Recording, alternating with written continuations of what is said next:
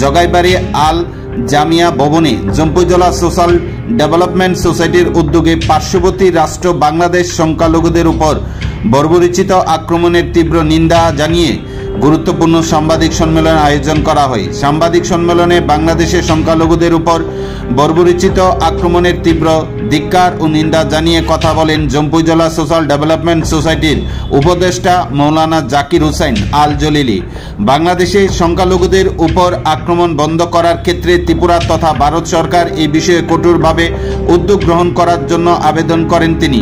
আগরতলায় বাংলাদেশের হাই কমিশনের নিকট ডেপুটেশন দেওয়ার উদ্যোগ গ্রহণ করা হচ্ছে বলে জানিয়েছেন তিনি।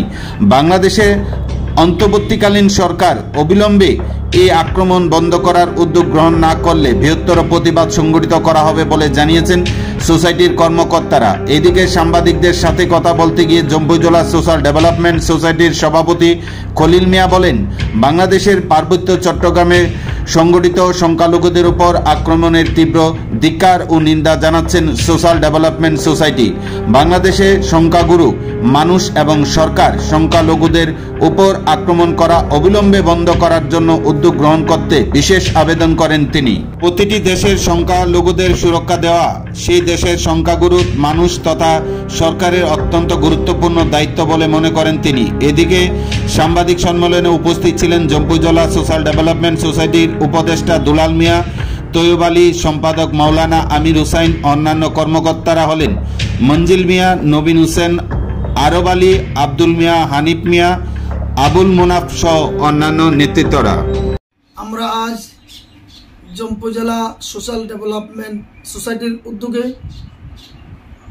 বাংলাদেশে গঠিত সংখ্যালঘুদের উপর যে আক্রমণ, এই আক্রমণের তীব্র ধিক্কার ও নিন্দা জানিয়ে আমরা আজকে এক সাংবাদিক সম্মেলনের আয়োজন করি। আমরা এই সাংবাদিক সম্মেলনের মধ্য দিয়ে বাংলাদেশে যে সংখ্যালঘুদের উপর বর্বরোচিত আক্রমণ চলছে তার তীব্র ধিক্কার এবং নিন্দা জানাচ্ছি। পাশাপাশি আমাদের ভারত সরকার, ত্রিপুরা সরকারের মাধ্যমে আমরা এই আবেদন করতে চাই যাতে অবিলম্বে বাংলাদেশ সরকারের সাথে যোগাযোগ করে সংখ্যালঘুদের উপর আক্রমণ অবিলম্বে বন্ধ করা হয়।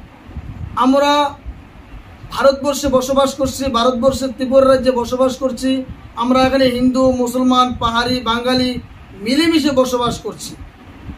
আমরা এই দেশের সংখ্যালঘু, আমাদেরকে সংখ্যাগুরুরা সুরক্ষা দিচ্ছে। তদ্রূপভাবে বাংলাদেশে যারা সংখ্যালঘু, ওইখানে সংখ্যাগুরু যারা আছেন ভাইয়েরা, আপনারা অবশ্যই সংখ্যালঘুদেরকে সুরক্ষা দেওয়া আপনাদের দায়িত্ব।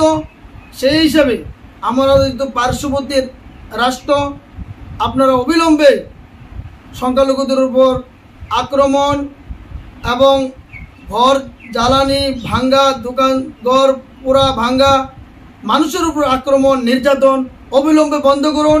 আমরা তার তীব্র ধিক্কার এবং নিন্দা জানাচ্ছি।